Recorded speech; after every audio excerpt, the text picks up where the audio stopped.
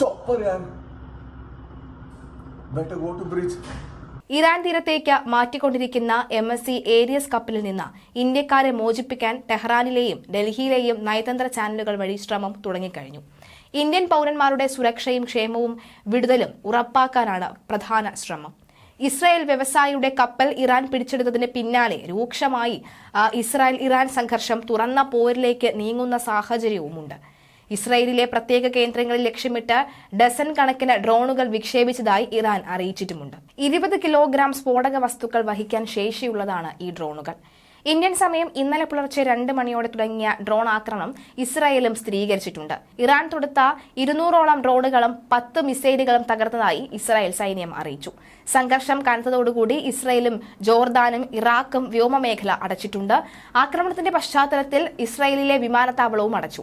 ഇറാനിൽ നിന്നുള്ള ആക്രമണത്തെ നേരിടാൻ എല്ലാ പിന്തുണയും ഇസ്രായേലിന് നൽകാമെന്ന് US പ്രഖ്യാപിച്ചിരുന്നു. കഴിഞ്ഞ ദിവസം തന്നെ USന്റെ പടക്കപ്പലുകൾ, യുദ്ധക്കപ്പലുകൾ ഇറാനെ തുരുത്താൻ വേണ്ടി വന്നിരുന്നു. അതേസമയം സംഘർഷം മൂർജിക്കുന്നതിൽ ആശങ്ക അറിയിച്ച് സൗദി അറേബ്യ അടക്കമുള്ളവർ രംഗത്തെത്തിയിട്ടുണ്ട്.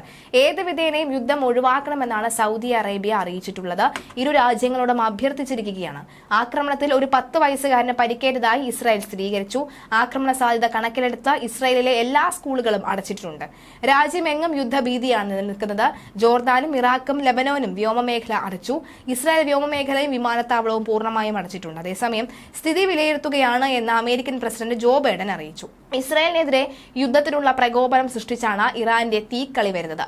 ഇസ്രായേലിലെ സയനിസ്റ്റ് ഭരണകൂടവുമായി ബന്ധമുള്ള ഗൾഫിലെ കണ്ടെയ്നർ കപ്പലാണ് ഇറാന്റെ റവല്യൂഷണറി ഗാർഡുകൾ പിടിച്ചെടുത്തത്. തങ്ങൾ കപ്പൽ പിടിച്ചെടുത്തതായി ഇറാൻ പ്രഖ്യാപിച്ചതിന് പിന്നാലെ മേഖലയിൽ വർദ്ധിച്ചുവരുന്ന സംഘർഷത്തിന്റെ പ്രത്യാഘാതം ഇറാൻ അനുഭവിക്കേണ്ടി വരുമെന്ന് ഇസ്രായേൽ മുന്നറിയിപ്പും നൽകിയിട്ടുണ്ട്. ലോക വാണിജ്യ നീക്കത്തിന് സുപ്രധാനമായ ഹോർമൂസ് കടലിടുക്കിൽ വെച്ചാണ് ഇസ്രായേൽ കമ്പനിയുടെ കപ്പൽ പിടിച്ചെടുത്തത്.